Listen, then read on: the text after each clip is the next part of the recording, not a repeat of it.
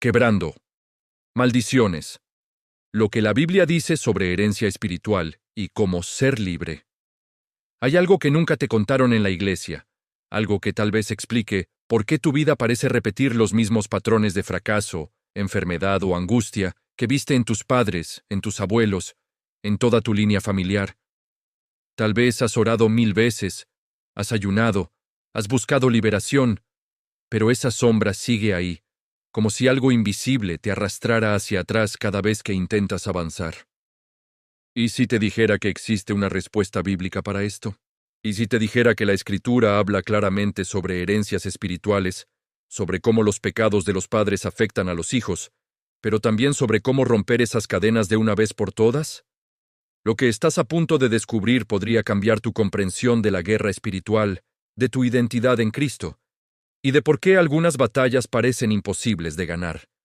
Porque lo que voy a compartir contigo no es teoría religiosa ni doctrina inventada. Es lo que la palabra de Dios dice textualmente sobre este tema que ha sido tan manipulado, tan malentendido, tan usado para controlar a las personas a través del miedo. Respira hondo, porque esto va a sacudir todo lo que creías saber. Empecemos por el principio, por ese versículo que todos hemos escuchado, pero que pocos entienden realmente. Éxodo 20, versículo 5. Yo soy Jehová tu Dios, fuerte, celoso, que visito la maldad de los padres sobre los hijos hasta la tercera y cuarta generación de los que me aborrecen. Detente ahí. Lee eso otra vez. La maldad de los padres visitada sobre los hijos. Tercera y cuarta generación. ¿Significa esto que Dios castiga a los nietos y bisnietos por pecados que ellos nunca cometieron? ¿Significa que estás condenado a repetir los errores de tu familia sin poder hacer nada al respecto? Durante años, este versículo ha sido usado para sembrar terror, para hacer creer a las personas que llevan maldiciones generacionales imposibles de romper, que necesitan rituales especiales, oraciones específicas, o la intervención de algún líder espiritual con supuesto poder especial. Pero espera, porque la Biblia no se contradice, y si lees con atención, encontrarás algo que cambia todo el panorama. Algo que los que venden liberaciones caras y sesiones interminables de guerra espiritual no quieren que descubras. Porque mira lo que dice Ezequiel 18, versículo 20. El alma que pecare, esa morirá. El hijo no llevará el pecado del padre, ni el padre llevará el pecado del hijo. ¿Lo ves? La Biblia misma aclara que cada persona es responsable de sus propias decisiones, de sus propios pecados. Entonces, ¿cómo reconciliamos estos dos pasajes? ¿Están contradiciendo las Escrituras? No. Lo que está pasando es algo mucho más profundo. Algo que tiene que ver con patrones, con consecuencias naturales, con ambientes espirituales que se transmiten de generación en generación. Si necesitas pausar este video para procesar lo que estoy diciendo, adelante, pero antes de irte, dame un like y suscríbete al canal. Porque lo que viene a continuación va a desmantelar años de enseñanza errónea que tal vez has recibido. Y necesitas escuchar esto hasta el final. No te voy a vender nada, no te voy a pedir dinero, solo quiero que la verdad de la palabra llegue a tu vida sin filtros religiosos. Entonces, ¿qué significa realmente esa visita de la maldad de los padres sobre los hijos? Piénsalo así. Si un padre es alcohólico, sus hijos crecen en un ambiente donde el alcohol es normal, donde las peleas son constantes, donde el dolor emocional nunca se procesa sanamente. Esos niños no están malditos por Dios, pero sí están en desventaja, sí cargan con traumas, con patrones de conducta aprendidos, con heridas que si no son sanadas, repetirán en sus propias familias. Si una madre vivió en constante miedo y ansiedad, transmite ese espíritu de temor a sus hijos, no porque Dios los maldiga, sino porque así funcionan las dinámicas familiares, así se transmiten las fortalezas mentales.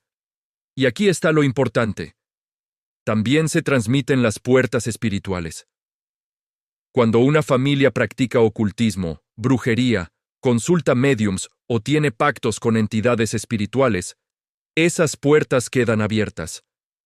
No es que Dios castigue a los descendientes, es que esas alianzas espirituales crean acceso legal para el enemigo en esa línea familiar. Empiezas a ver la diferencia. No estamos hablando de un Dios vengativo que persigue a los nietos por los errores del abuelo. Estamos hablando de consecuencias espirituales reales que necesitan ser cortadas con la autoridad que Cristo nos dio. Ahora bien, aquí es donde muchos se desvían hacia la superstición. He visto personas obsesionadas con sus árboles genealógicos, investigando cada detalle de sus antepasados, buscando qué tío bisabuelo pudo haber hecho un pacto con el diablo para explicar por qué hoy tienen problemas económicos. He visto ministerios enteros construidos alrededor de romper maldiciones generacionales, con oraciones larguísimas, listas interminables de renuncias, como si la liberación fuera un trámite burocrático ante las cortes celestiales. Y la gente vive aterrorizada, pensando que si no mencionan el nombre correcto, si no hacen el ritual exacto, la maldición seguirá activa. Pero, ¿es eso lo que enseña el Nuevo Testamento? ¿Es esa la libertad que Cristo compró con su sangre en la cruz? Porque si Cristo realmente nos hizo libres, si en Él somos nueva creación, si las cosas viejas pasaron y todas son hechas nuevas, entonces algo no cuadra con esa obsesión por el pasado familiar. ¿O será que hemos subestimado el poder de la cruz? Creerá. Gálatas 3, versículo 13, dice algo que debería sacudir los cimientos de toda teología de maldiciones. Cristo nos redimió de la maldición de la ley, hecho por nosotros maldición. Cristo ya pagó por toda maldición. Toda. No dejó ninguna pendiente. No dejó ninguna que requiera un proceso especial o un conocimiento secreto para ser rota. Colosenses 2, versículo 14, nos dice que Cristo anuló el acta de los decretos que había contra nosotros, que nos era contraria, quitándola de en medio y clavándola en la cruz. ¿Entiendes lo que esto significa? Cada derecho legal que el enemigo pudiera reclamar contra ti, cada consecuencia del pecado, cada maldición, fue clavada en la cruz hace 2000 años. Entonces, ¿por qué seguimos viviendo como si esas cadenas todavía tuvieran poder? Porque nadie nos ha enseñado a tomar posesión de lo que Cristo ya hizo. Nadie nos ha enseñado que la libertad no se mendiga, se declara. No se negocia, se toma por fe en la obra terminada de Cristo. Pero aquí está el punto que genera controversia, el que hace que algunos se enojen y otros finalmente respiren con alivio. Si ya estás en Cristo, si ya naciste de nuevo, las supuestas maldiciones generacionales no tienen autoridad sobre ti. No pueden.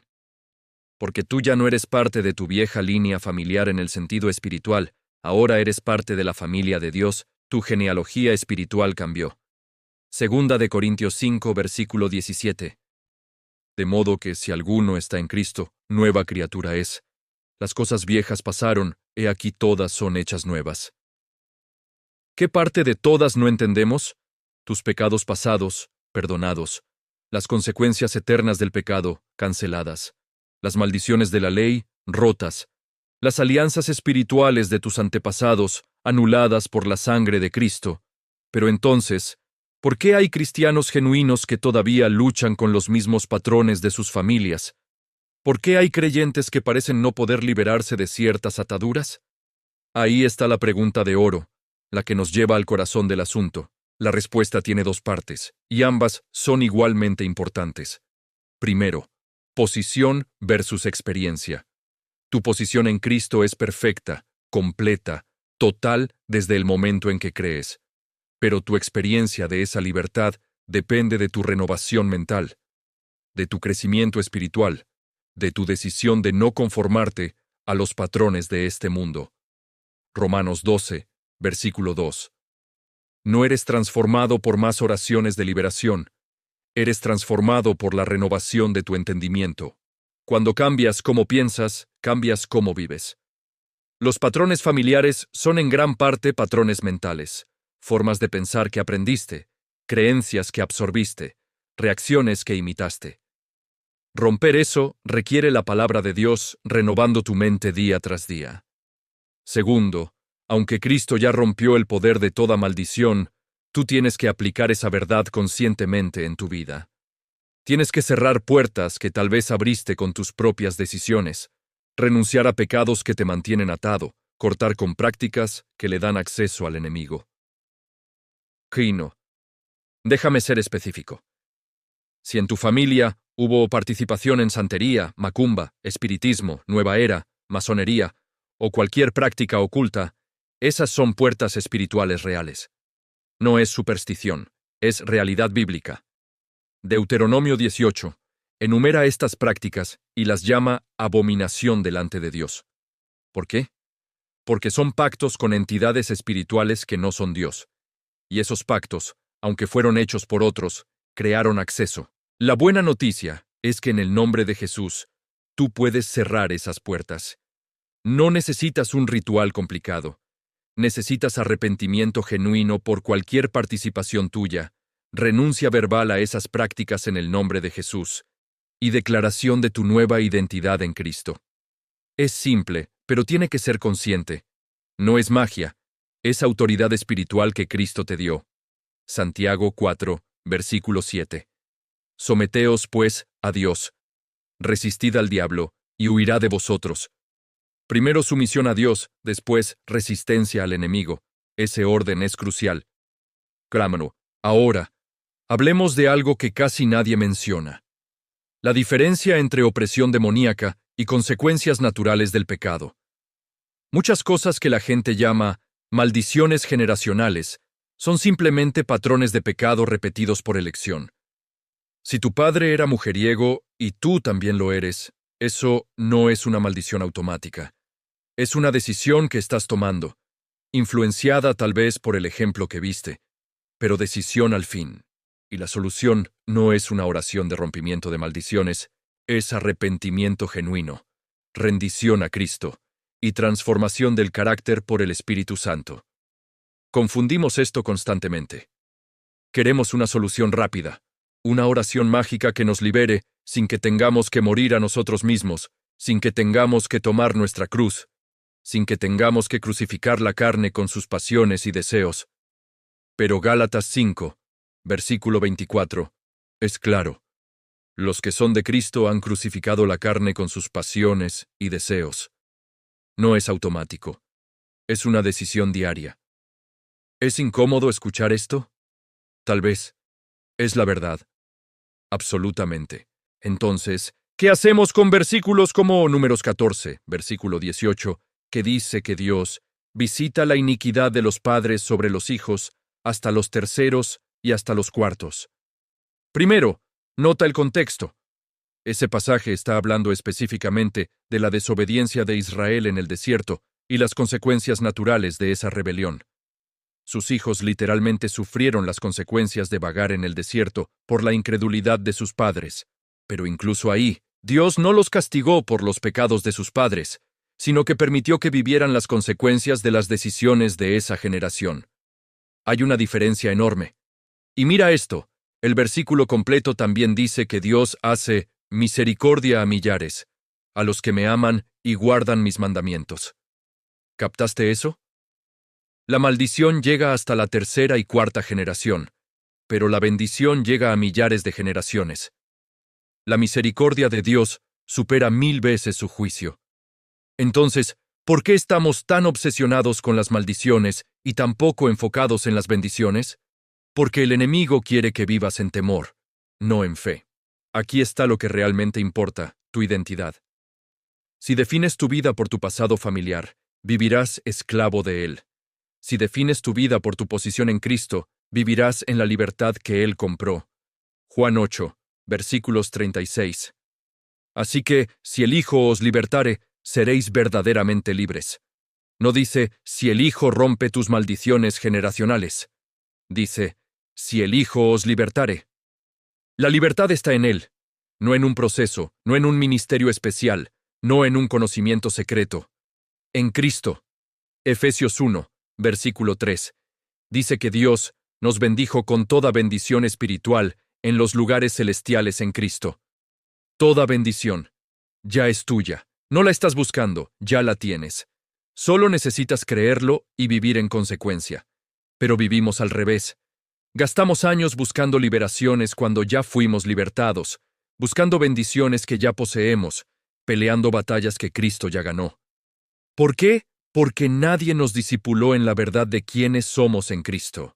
Déjame contarte algo que cambiará tu perspectiva. Primera de Pedro 2, versículo 9. Mas vosotros sois linaje escogido, real sacerdocio, nación santa, pueblo adquirido por Dios. ¿Ves eso? Tu linaje ahora es escogido.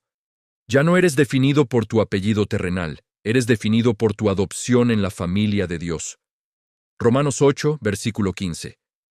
Pues no habéis recibido el espíritu de esclavitud para estar otra vez en temor, sino que habéis recibido el espíritu de adopción por el cual clamamos, Abba, Padre.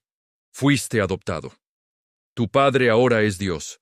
Tu herencia ahora es incorruptible, incontaminada e inmarcesible, reservada en los cielos para ti.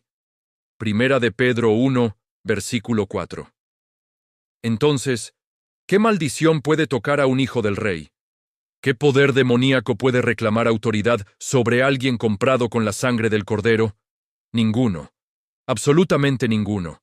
A menos que tú mismo le des acceso con tu incredulidad, con tu pecado deliberado, con tu negativa a cerrar puertas que sabes que están abiertas. Mirkorondor. Y aquí llegamos al clímax de todo esto, al punto donde se unen la teología y la práctica, la doctrina y la vida real. Sí, Cristo ya te hizo libre. Sí, las maldiciones fueron rotas en la cruz. Sí, eres nueva creación. Pero también es cierto que tienes responsabilidad. Filipenses 2, versículo 12. Ocupaos en vuestra salvación con temor y temblor. Ocuparte no significa ganártela, significa aplicarla, vivirla, hacerla real en tu experiencia diaria. Entonces, si hay patrones de tu familia que todavía te afectan, esto es lo que haces. Primero, arrepiéntete de cualquier participación tuya en pecados que sabes que abren puertas. Sea brujería, inmoralidad sexual, idolatría, rencor, lo que sea, arrepentimiento genuino. Segundo, renuncia verbalmente en el nombre de Jesús a cualquier pacto espiritual hecho por ti o por tus antepasados. No necesitas saber todos los detalles, solo declaras que en el nombre de Jesús renuncias a toda alianza que no sea con Él. Tercero, declara tu identidad en Cristo. Declara que eres hijo de Dios, que la sangre de Jesús te cubre, que eres propiedad del Rey de Reyes. Cuarto, cierra puertas específicas. Si hay objetos en tu casa relacionados con ocultismo, brujería, religiones paganas, deshazte de ellos. Hechos 19, versículo 19, relata cómo los nuevos creyentes en Éfeso quemaron sus libros de magia. No los guardaron como recuerdos, no los escondieron en el ático, los destruyeron. ¿Por qué? Porque entendieron que esos objetos representaban pactos que debían ser completamente cortados. Quinto, renueva tu mente con la palabra. Este es el paso que nadie quiere hacer porque requiere disciplina diaria, pero es el más importante. Romanos 12, versículo 2. No serás transformado por más liberaciones, serás transformado por una mente renovada. Lee la Biblia, medita en quién eres en Cristo, memoriza versículos que declaren tu identidad. Sexto, camina en obediencia. Santiago 1, versículo 22. Sed hacedores de la palabra, y no tan solamente oidores. La libertad se mantiene en la obediencia. Si vuelves al pecado que abrió la puerta se vuelve a abrir. Ahora bien, ¿qué pasa con los que dicen, yo hice todo eso y sigo luchando? Primero, entiende que lucha no significa falta de libertad. Todos luchamos contra la carne, contra el mundo, contra el diablo. Efesios 6 lo deja claro, estamos en una batalla. Pero batalla desde la victoria, no hacia la victoria. Cristo ya ganó. Tú peleas desde tu posición en Él, no para conseguir algo, sino para mantener lo que ya tienes. Segundo, algunas consecuencias del pecado pasado permanecen, aunque el pecado sea perdonado. Si alguien en tu familia destruyó las finanzas con mala administración, tú puedes cargar con deudas. Eso no es una maldición espiritual, es una consecuencia natural que requiere sabiduría y trabajo para superarse. David fue perdonado por su adulterio y asesinato, pero las consecuencias naturales de sus acciones lo persiguieron el resto de su vida. Dios no lo estaba castigando después del perdón, pero las semillas de pecado habían producido una cosecha de dolor. Tercero, algunos luchan más porque el daño emocional y mental fue mayor. Crecer en un hogar abusivo deja heridas profundas que el Espíritu Santo sana, pero no siempre instantáneamente. Y aquí está la parte que puede salvarte años de frustración. La liberación no siempre es instantánea, pero la libertad ya es tuya. ¿Confuso? Déjame explicarlo. Legalmente, en el Tribunal Celestial, eres completamente libre en Cristo desde el momento en que crees. Esa es tu posición, tu realidad espiritual. Pero experimentalmente, en tu vida diaria, puedes necesitar tiempo para renovar tu mente, sanar tus emociones, romper hábitos, cambiar patrones de pensamiento. Eso no significa que Cristo no te liberó, significa que estás aprendiendo a caminar en la libertad que ya tienes. Es como un esclavo que es declarado libre, pero ha vivido toda su vida en esclavitud. Legalmente es libre el día de la emancipación, pero necesita tiempo para aprender a pensar como hombre libre, actuar como hombre libre, ver el mundo como hombre libre. Tú ya fuiste emancipado en Cristo. Ahora estás aprendiendo a vivir como el hijo libre que ya eres. No dejes que nadie te venda la idea de que necesitas otra liberación, otra sesión, otro ritual. Lo que necesitas es discipulado, renovación mental, comunidad sana y tiempo para que la verdad de Dios transforme cada área de tu pensamiento. 18. Entonces, ¿cuál es la verdad final sobre las maldiciones generacionales? Que son reales en el sentido de que patrones de pecado, consecuencias naturales y puertas espirituales pueden transmitirse de generación en generación, pero son completamente impotentes contra alguien que está en Cristo, siempre y cuando esa persona camine en la verdad de su identidad, cierre las puertas que le corresponde cerrar, renueve su mente con la palabra y viva en obediencia al Espíritu Santo. No es complicado, aunque tampoco es automático. Requiere fe activa, no pasividad religiosa. Requiere que tomes autoridad en el nombre de Jesús, no que vivas como víctima esperando que alguien más te libere. Porque Cristo ya hizo la parte imposible. Murió por tus pecados, resucitó victorioso, te dio acceso al Padre, te adoptó en su familia, rompió toda maldición, te dio su espíritu. Lo que te toca a ti es creer eso con todo tu corazón y vivir en consecuencia. No es arrogancia declarar que eres libre en Cristo, es fe. No es presunción cerrar puertas espirituales en su nombre. Es autoridad delegada que Él te dio. 9. Y déjame decirte algo más.